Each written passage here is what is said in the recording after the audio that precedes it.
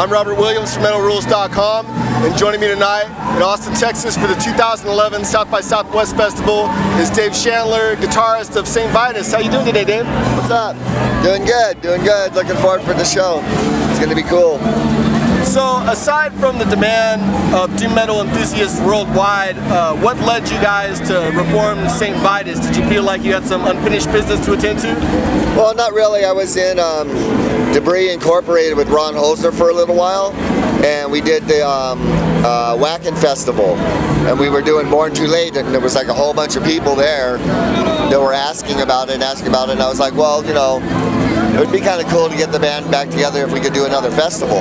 So that's originally why we did it, and we ended up going to we did Full Force, and the response was so well, we just decided, well, we'll just see what happens, and just keep doing it until, you know, the interest is gone or whatever. So, and now it looks like we're going to do a new record. So right now, SAINT VITUS is out on tour on the Metal Alliance tour with Helmet and Crowbar. Once that tour wraps up, is the plan to go into the studio and do another full length?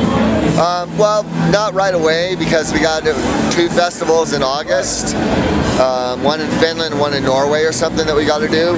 And we're going to do some other stuff, but we want to hopefully, because I have most of the songs written, so we want to hopefully get it recorded like maybe before the end of the year, something like that, hopefully, so it could be like out by next year. How would you describe your new material?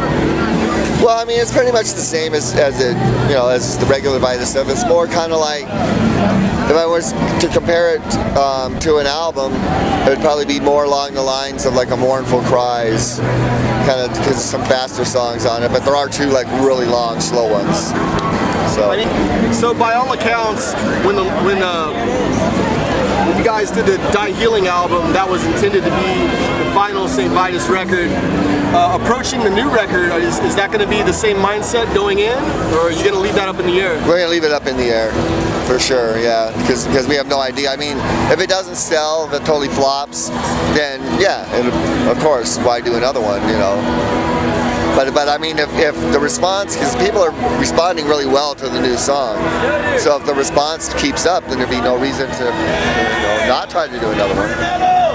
You know. So the current incarnation of SAINT VITUS, minus of course your longtime drummer Armando Acosta, who tragically passed away in November, features the Born Too Late lineup that's really revered amongst your fans.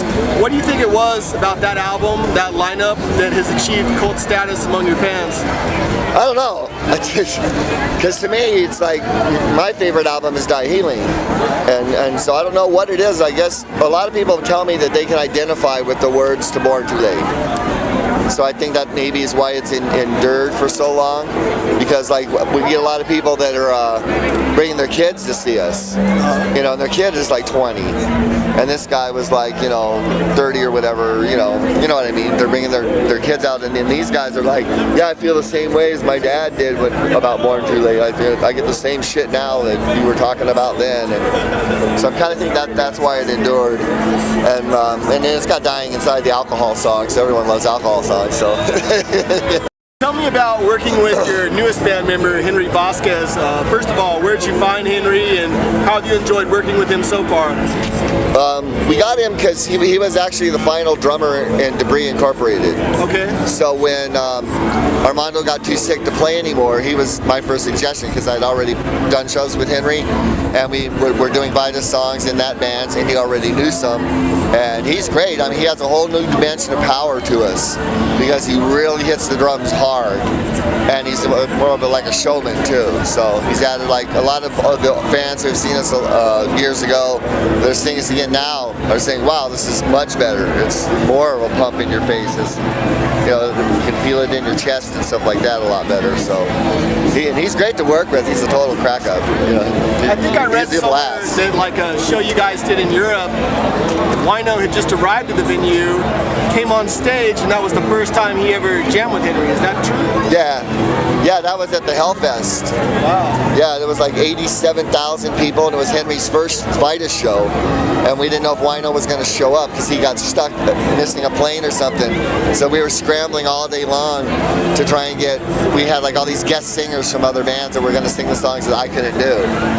Yeah, that's fucking nuts. So tell me about playing? I mean, I know back in 2003 you guys did, you know, like you said, Hellfest. Yeah, no, that was Full Force. With Full Force? Yeah. Let's talk about those European shows. In the time that you guys were inactive into going into these European shows, were you surprised at all at how large your fan base had grown?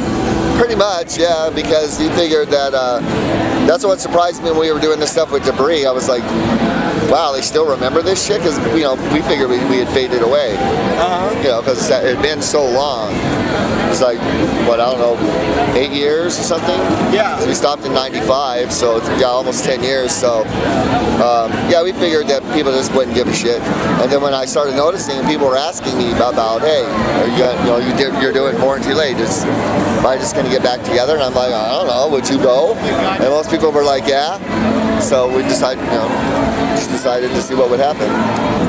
Now, segueing out of the humongous crowds at the European fests, have you noticed any increase in interest in doom metal here stateside? You think you're playing to larger crowds now? Yeah. Selling more discs? Yeah, most definitely we are. And a lot of it more so, it's more of the younger generation here. Like I said, it's more like, hey, my dad listened to you every day. So that's why I came out to the show. That kind of stuff. And we're getting more of that in America than we do in Europe. But the crowds are definitely bigger. I mean, like this is obviously this is not just for us, but this was a huge line. You know, and so yeah, just like we're gonna, we can do. Whereas before we would pull in maybe 50 people, now we can pull in a few hundred. So that's a pretty good increase for us. We feel it's a good increase. So. Well, keeping in mind that Saint Vitus takes its name from a Black Sabbath song, my editor at MetalRules.com wanted me to ask you to weigh in on the current Black Sabbath situation. Are you hoping that Ozzy and Tony and Geezer reform, or what do you think about that? I mean, it would be cool. I just saw Ozzy at Voodoo Fest in New Orleans, and he was great. And I think it would be cool. I definitely would go see it. I'd like to see it, but I don't know but because Ozzy and Tony are in that lawsuit over the name and all that bullshit. And recently I read an article with Geezer, and he said that he didn't think it was going to happen.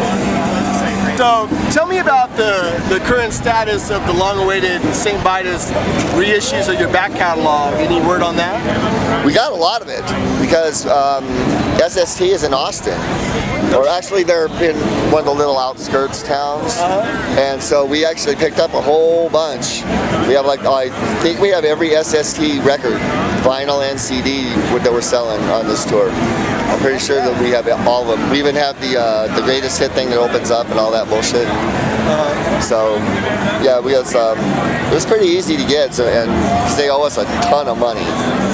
And so they're just like, we'll give you all the merch you want, and that way we will owe you less money. Instead of us buying merch from them, they're giving it to us for free, so we're getting 100% profit on all the SST stuff that we sell. So we made shirts to match the album covers and stuff.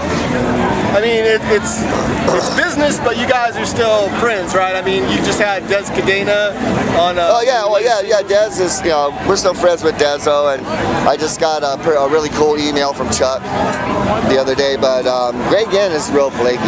He's like real nice one day and then real crappy the next day. So I saw him in New Orleans, and he was totally cool. And I asked him, can we re-release, work with you, put this back out? He said, yeah, no problem. Have your manager contact me. And then as soon as we did, he said no. So we got in a big old huge thing with him. So he's kind of estranged from everybody. Well, Dave, thanks so much for taking the time to talk metal today.